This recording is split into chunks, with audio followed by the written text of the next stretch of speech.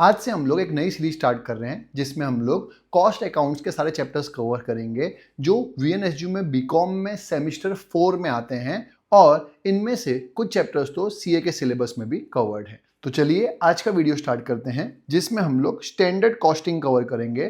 क्या होता है स्टैंडर्ड कॉस्टिंग वो मैं समझाऊंगा और आने वाले कुछ वीडियोस में हम लोग स्टैंडर्ड कॉस्टिंग के सम्स करेंगे। तो आज के वीडियो में मैं सिर्फ आपको इंट्रोडक्शन दे देता हूं कि what do you mean by standard costing और उसकी सम्स कैसे होते हैं और उसके कुछ फॉर्मूलाज मैं आपको इस वीडियो में बता दूंगा। तो सबसे पहले स्टैंडर्ड कॉस्टिंग का मीनिंग क्या होता है। देखिए, जब भी हम लोग कोई बिजनेस करते हैं तो हम लोग कुछ स्टैंडर्ड या एस्टिमेट रखते हैं और असली में ज़रूरी नहीं है जो हमने सोचा है वैसा ही हो।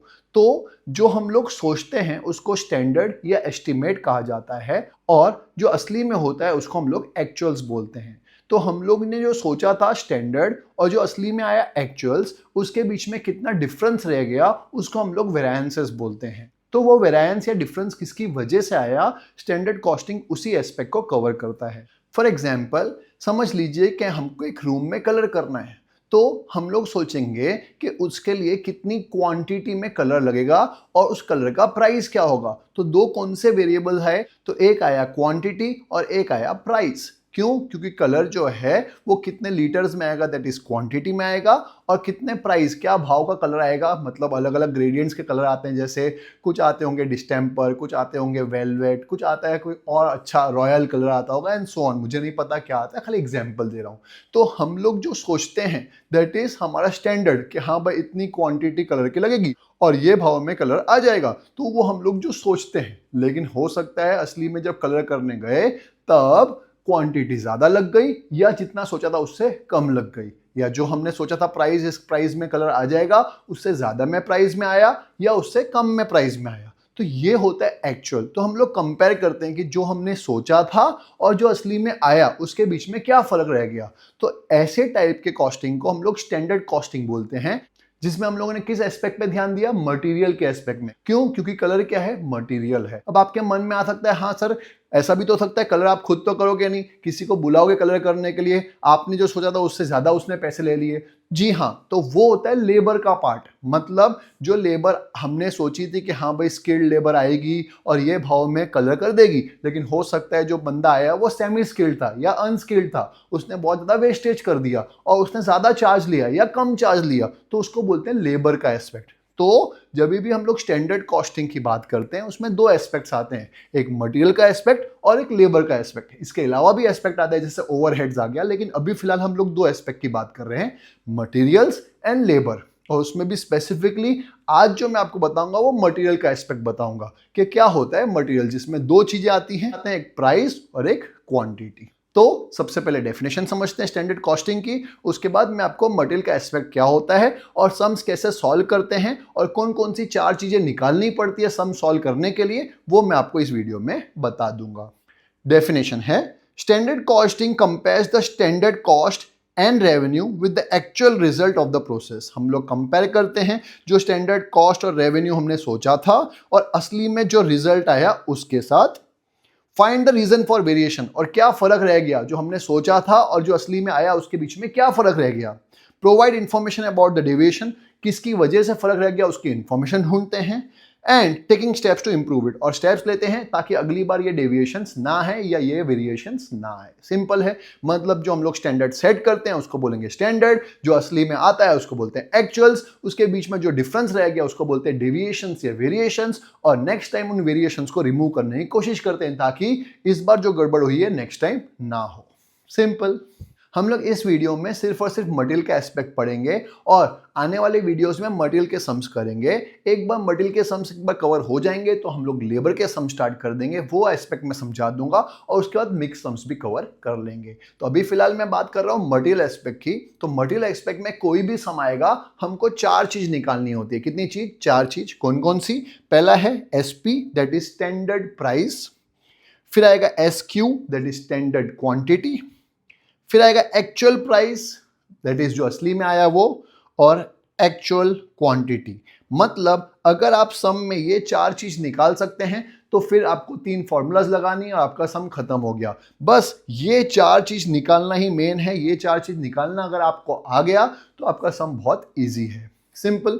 तो एसपी का मतलब होता है स्टैंडर्ड प्राइस, एसक्यू का मतलब होता है स्टैंडर्ड क्वांटिटी, एपी का मतलब होता है एक्चुअल प्राइस और एक्यू का मतलब होता है एक्चुअल क्वांटिटी। सिंपल है।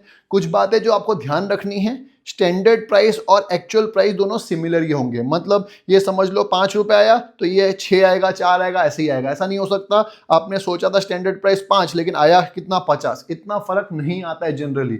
तो हमेशा ये हिंट है जब सम सॉल्व करने जाओगे कि स्टैंडर्ड प्राइस और एक्चुअल प्राइस हमेशा सिमिलर ही होंगे, मतलब आजू बाजू में ही होंगे। In the same way standard quantity और एक्चुअल क्वांटिटी भी हमेशा आसपास में ही होंगे। अगर ये 2000 केजीज हैं तो ये भी 2000 के आसपास ही होगा। 2200 हो सकता है, 1900 हो सकता है, 1800 हो सकता है, पर ऐसा नहीं होगा कि ये 2000 है तो ये 20,000 हो गया। नहीं, इतना फर्क नहीं होता है। क्लियर है।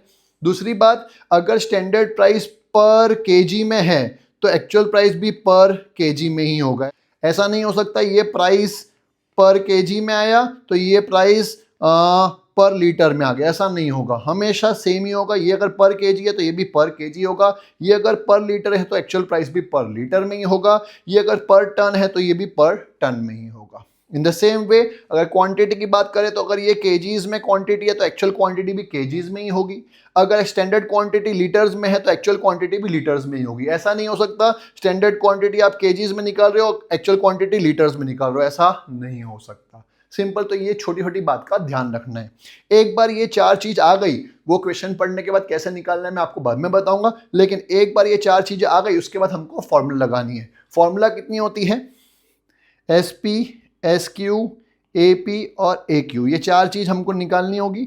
अब फॉर्मूला लगाने की पहली फॉर्मूला आती है डायरेक्ट मटेरियल कॉस्ट वेरिएंस। क्या? Direct material cost variance. C का मतलब यहां पे होता है cost, direct material cost variance. इसकी फॉर्मूला होती है SP into SQ minus AP into AQ. मतलब SP into SQ minus AP into AQ, ये हमारी फॉर्मूला हो गई डायरेक्ट मटेरियल कॉस्ट वेरिएंस की। दूसरी फॉर्मूला होती है डायरेक्ट मटेरियल यूसेज वेरिएंस की। किसकी? यूसेज। यहां पे यू का मतलब है usage variance, that is quantity पे फोकस करेंगे। तो क्वांटिटी क्या है? एसक्यू और एक्यू। तो फॉर्मूला हो गई जो हमने सोची थी, standard quantity minus actual quantity multiply by, हमेशा करते हैं पहला वाला क्या होता है? स्टैंडर्ड प्राइस, तो आ गया स्टैंडर्ड प्राइस। तो ये फॉर्मूला बन गई दूसरी डायरेक्ट मटेरियल यूसेज वेरिएंस की। तीसरी फॉर्मूला होती है डायरेक्ट मटेरियल प्राइस वेरिएंस। यहाँ पे पी का मतलब होता है प्राइस। तो हम लोग किस पे फोकस करेंगे? आपको दिख रहा है प्राइस मतलब स्टैंडर्ड प्राइस और एक्चुअल प्राइस पे। तो फॉर्मूला हो जाएगी standard price minus actual price, लेकिन असली में कितनी क्वांटिटी खरीदी है इसलिए यहाँ पे एसपी के बदले क्या आ जाएगा? Actual quantity. तो ये आ गया ए क्यू। ये हो गई तीसरी फॉर्मूला। तो जैसे ही ये चारों चीज निकल जाती है हम लोग को ये फॉर्मूला अप्लाई करनी है। ये फॉर्मूला अप्लाई करके हम लोग आंसर निकाल लेंगे। इतना सिंपल सा है। तो मेन क्या है? ये चारों चीज निकालना। अगर आपको ये 4 चीज निकालना आ गया है और फॉर्मूला 3 है एकदम याद करनी है, वो याद कर ली तो आपको चैप्टर बहुत ईजी लगेगा। 3 फॉर्मूला कौन कौन सी है? पहली direct material cost variance, SP into SQ minus AP into AQ. Clear. दूसरी फॉर्मूला है direct material usage variance. Usage मतलब क्वांटिटी पे फोकस करना है, तो एसक्यू माइनस एक्यू ये आ गया, multiply by standard price. Simple. और तीसरा है डायरेक्ट मटेरियल प्राइस वेरिएंस, तो प्राइस पे फोकस करेंगे, standard price minus actual price, तो ये आ गया SP minus AP multiply by actual quantity. Easy. तो ये फॉर्मूला है, ये लगा दिया, आंसर आ गया। मुझे उम्मीद है आपको समझ में आया होगा इंट्रोडक्शन। नेक्स्ट वीडियो में हम लोग एक सम कवर कर लेंगे ताकि आपको अच्छे से समझ में आएगा। अगर आपको लगता है कि आपको मेरे वीडियोस एग्जाम में हेल्प कर रहे हैं तो प्लीज़ मेरे वीडियोस को अपने फ्रेंड्स के साथ ज़रूर शेयर करिएगा ताकि वो लोग भी अच्छे से पढ़ सकें। और अगर आपने मेरे चैनल को सब्सक्राइब नहीं किया तो प्लीज़ सब्सक्राइब भी कर दीजिएगा। मिलते हैं नेक्स्ट वीडियो में सम के साथ।